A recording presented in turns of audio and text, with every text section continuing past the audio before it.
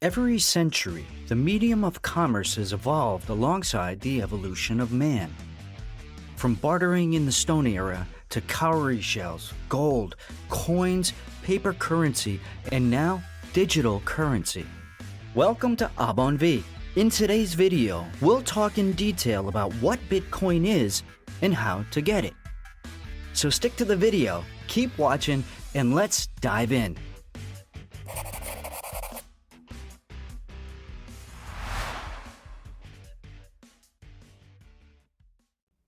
Bitcoin. What's it all about?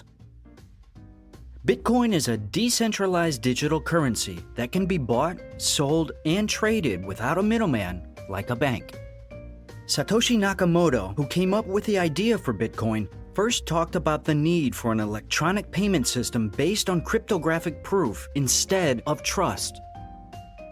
Every Bitcoin transaction that has ever been made is recorded on a public ledger that anyone can look at. This makes it hard to undo transactions and hard to fake them. That was the plan. As part of their decentralized nature, Bitcoins aren't backed by the government or any institution that issues them. Their value is only guaranteed by the proof that's built into the system itself. The only reason it's worth money is because we, as a group, decided it was. The same is true for gold. Bitcoin's value has climbed considerably since its initial public offering in 2009. Although it previously sold for less than $150 per coin, one Bitcoin is now worth roughly $21,800 at the time of producing this video. Because its supply is limited to 21 million coins, many predict its price to rise over time, particularly as more large institutional investors begin to regard it as sort of a digital gold to hedge against market volatility and inflation. There are currently around 19 million coins in circulation. How does Bitcoin work? Bitcoin is based on a distributed digital ledger known as a blockchain. Blockchain, as the name implies, is a linked body of data made up of units called blocks that contain information about each transaction, such as date and time, total value, buyer and seller, and a unique identification code for each exchange. Entries are linked in chronological sequence to form a digital chain of blocks. When a block is uploaded to the blockchain, it becomes available to anyone who wants to look at it, serving as a public ledger of cryptocurrency transactions. Blockchain is decentralized, which implies that no single organization controls it. It's like a Google Doc that anyone can work on. Nobody owns it, but anyone with a link to it may contribute. And as different individuals update it, your copy is updated as well. While the idea that anyone can alter the blockchain may appear unsafe, it is precisely this feature that makes Bitcoin trustworthy and secure. To be included in the Bitcoin blockchain, a transaction block must be validated by the majority of all Bitcoin holders, and the unique codes used to identify users, wallets, and transactions must follow the correct encryption pattern. These codes are long, random numbers that are extremely difficult to create falsely.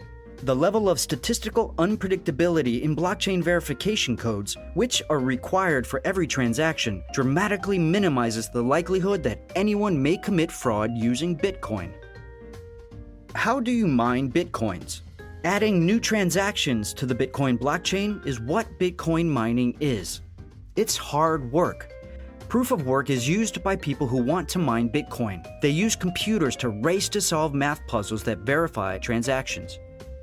The Bitcoin code gives miners 6.25 Bitcoins for each new block. This is to encourage them to keep racing to solve the puzzles and keep the system running. That many Bitcoins is worth almost $190,000. In the beginning, the average person could mine Bitcoin, but that is no longer true. The Bitcoin code is written so that its puzzles get harder and harder to solve over time, requiring more and more computer power to do so. Today, to be successful at Bitcoin mining, you need powerful computers and a lot of cheap electricity. Bitcoin mining also doesn't pay as much as it used to, which makes it even harder to make up for the rising costs of electricity and computers. When this technology first came out in 2009, You got a lot more Bitcoin when you got a stamp than you do now, says Flory Marquez, co-founder of BlockFi, a company that helps people manage their crypto wealth. There are more and more transactions now, so the amount you get paid for each stamp goes down and down. By the year 2040, it is thought that all Bitcoins will be in circulation. This means that mining won't create any new coins, so miners may have to rely on transaction fees instead. How to make use of Bitcoin. In the US, Bitcoin is often used as an alternative investment to stocks and bonds. This helps diversify a portfolio. You can also buy things with Bitcoin, but some stores will only take the original cryptocurrency. Microsoft, PayPal, and Whole Foods are just a few of the big companies that accept Bitcoin. You might also find that some small stores or websites in your area accept Bitcoin, but you'll have to look for them. You can also use a service that lets you link a debit card to your crypto account. This lets you use Bitcoin like a credit card. This also usually means that a financial service provider changes your Bitcoin into dollars right away. People sometimes use cryptocurrency instead of their own currency in other countries, especially those with less stable currencies.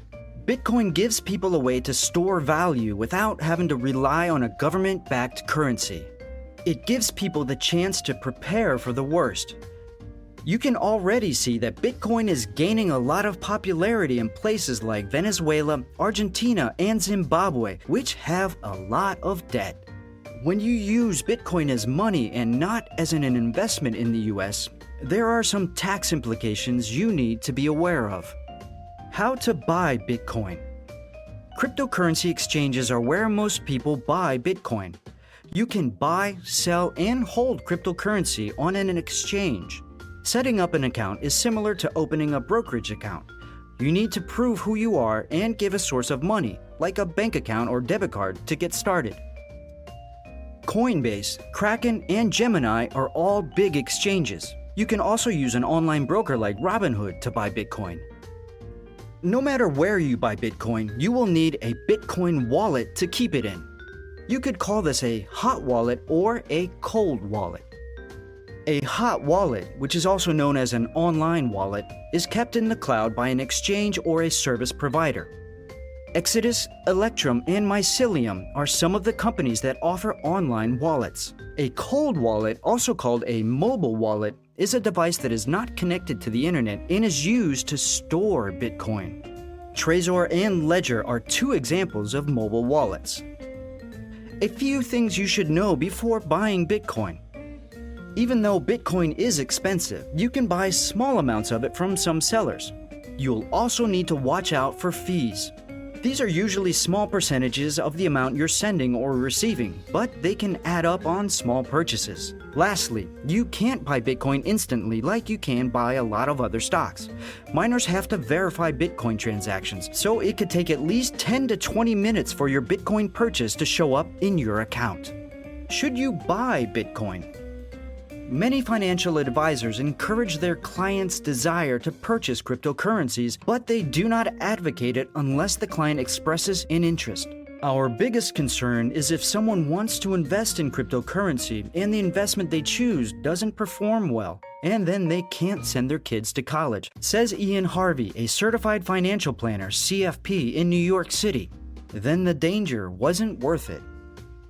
Due to the speculative nature of cryptocurrencies, some planners promote them as side investments for their clients. Some refer to as a Vegas account. Let us keep this out of our true long-term viewpoint. Make sure it doesn't consume too much of your portfolio. Bitcoin is similar to a single stock, and advisors would not advise putting a large portion of your portfolio into any one company. If you are passionate about Bitcoin, planners recommend putting no more than 1% to 10% of your money into it. If you were just one stock, you would never devote a sizable portion of your portfolio to it. Conclusion. Let me know in the comment section if you have done transactions with Bitcoin and your experience. That's it for today. Don't forget to give this video a like and subscribe to our channel. Thanks for watching, and we'll see you on the next one.